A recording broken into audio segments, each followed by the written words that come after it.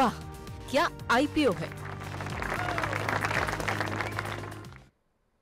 खास पेशकश हमारी वाह क्या आईपीओ, जिसमें हम कोशिश ये करते हैं कि आईपीओ से जुड़ी हुई हर छोटी बड़ी खबर आप तक पहुंचाएं, ताकि आप ये सही निर्णय ले सकें कि आपको उसमें निवेश करना चाहिए या नहीं करना चाहिए। मैनेजमेंट क्या कह रही है, ब्रोकरेज हाउसेस क्या कह रहे हैं, हमारे साथ जो एक्सपर्ट जुड़ते हैं उनकी राय क्या है, और उसके अलावा कंपनी पे कितना ग्रे मार्केट प्रीमियम चल रहा है, सब्सक्रिप्शन के आंकड़े क्या कुछ कह रहे हैं, ये तमाम जानकारी आपको मिलती है। लेकिन राज्य के आईपीओ पे बात करें उससे पहले शौर्य के पास चलते हैं। और शौर्य, आज लिस्टिंग देखने को मिली ज्योति की, और लिस्टिंग भी जैसी उम्मीद नहीं थी, बहुत लोगों को आशंकाएं थी कि शायद अच्छी लिस्टिंग ना हो, लेकिन न सिर्फ लिस्टिंग ठीक देखने को मिली, उसके बाद भी शेयर में बढ़त जो है अच्छी खासी देखने को मिली। जी देखिए, जब हमने पहले शो में डिस्कस करा था तो फंडामेंटल कंपटीशन के हिसाब से निकल के आया था, वैल्यूएशन थोड़े महंगे नजर आ रहे थे, लेकिन बाजार में वैल्यूएशन के साथ सेंटीमेंट का भी प्ले होता है।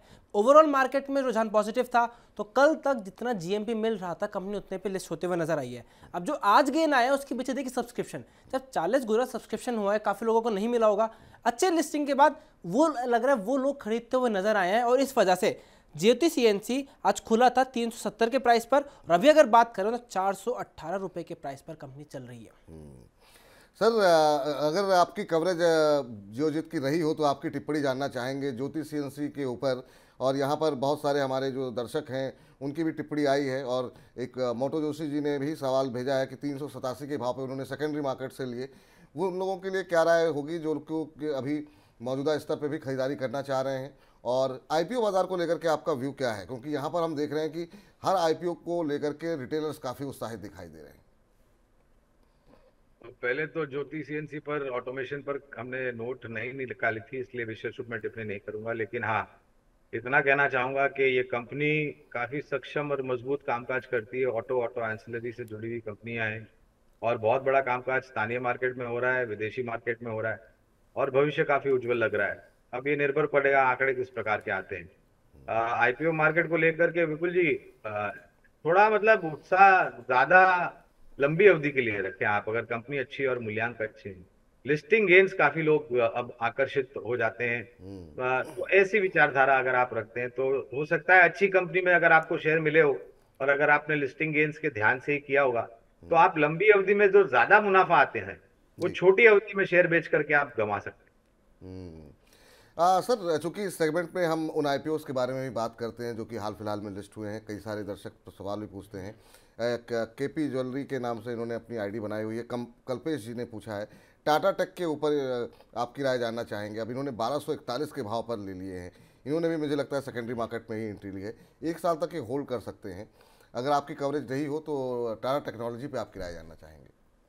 500 के स्तर पर आईपीओ दिए थे, शेयर्स दिए थे आईपीओ में निवेशकों को, 1400 के लक्ष्य देखे ऊपर में, सर्वोच्च स्तर देखा, माफ कीजिएगा, मौजूदा स्तर करीबन 1150 1200 के आसपास।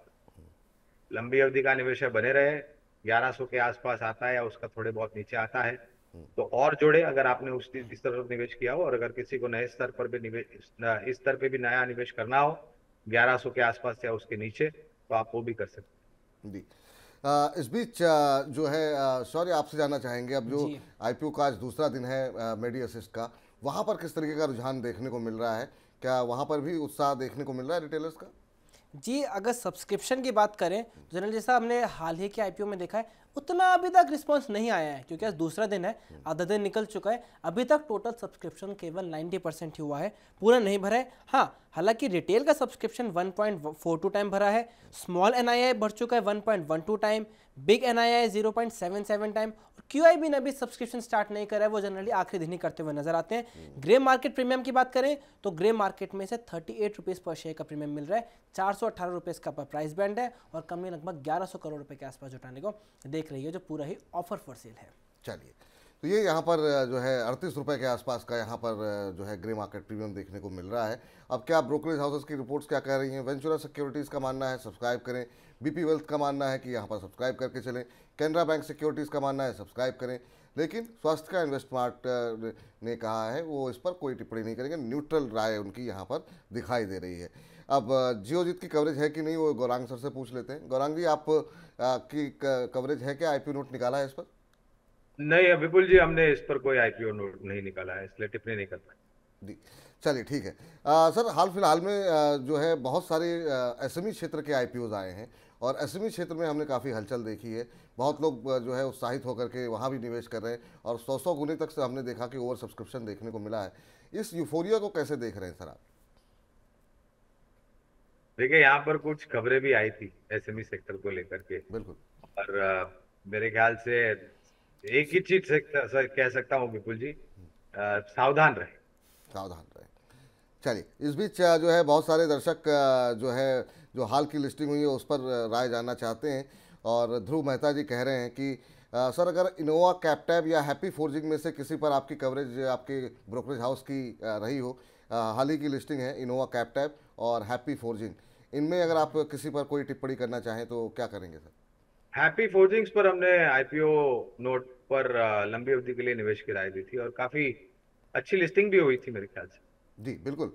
तो अभी सर क्या हैप्पी फोर्जिंग में जो लोग फ्रेश एंट्री करना चाह रहे हैं, जिनके पास है वो तो होल्ड कर सकते हैं, लेकिन बहुत लोग ये जानना चाहते हैं कि क्या अभी हम फ्रेश एंट्री कर सकते हैं? अभी 938 के आसपास चल रहा है, करीब 1.25% के आसपास की आज गिरावट यहाँ पर देखने को मिल रही है।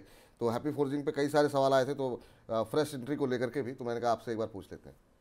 देखिए, शुरू कीजिए निवेश, इंतजार मत कीजिए, समय और स्तर वगैरह जो भी है वो कोई भी इस पे सक्षम रूप से टिप्पणी नहीं कर सकता है।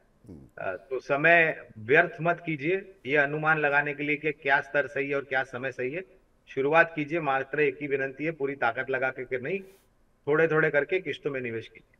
थोड़ा थोड़ा करके किस्तों में निवेश कीजिए। तो इस बीच जो है अब आज के इस कार्यक्रम को हम वहाँ के आईपीओ को समेट रहे हैं, लेकिन कल मेडी असिस्ट का आखिरी दिन होगा, तो कल डिटेल कवरेज होगी। कल भी हमने जब पहला दिन था तब भी हमने डिटेल में बातचीत आपसे की थी और तब जो कल हमारे खास मेहमान थे डॉक्टर रवि सिंह, उन्होंने कहा था कि अभी 1-2 दिन देखिए सब्सक्रिप्शन के आंकड़े कैसे हैं, क्रे मार्केट प्रीमियम कैसा चल रहा है, तो आखिरी दिन अप्लाई करने की उन्होंने सलाह दी थी। तो कल हमारे साथ जो भी एक्सपर्ट रहेंगे उनसे हम और डिटेल में इस बारे में डिस्कस करेंगे। एसएमई क्षेत्र के ऊपर भी बहुत सारे सवाल भी आ रहे हैं, तो उस पर भी हम कल डिटेल में बातचीत करेंगे, चूँकि आज समय की थोड़ी कमी है। तो वाह क्या आईपीओ है, में फिलहाल इतना है। वाह क्या आईपीओ है।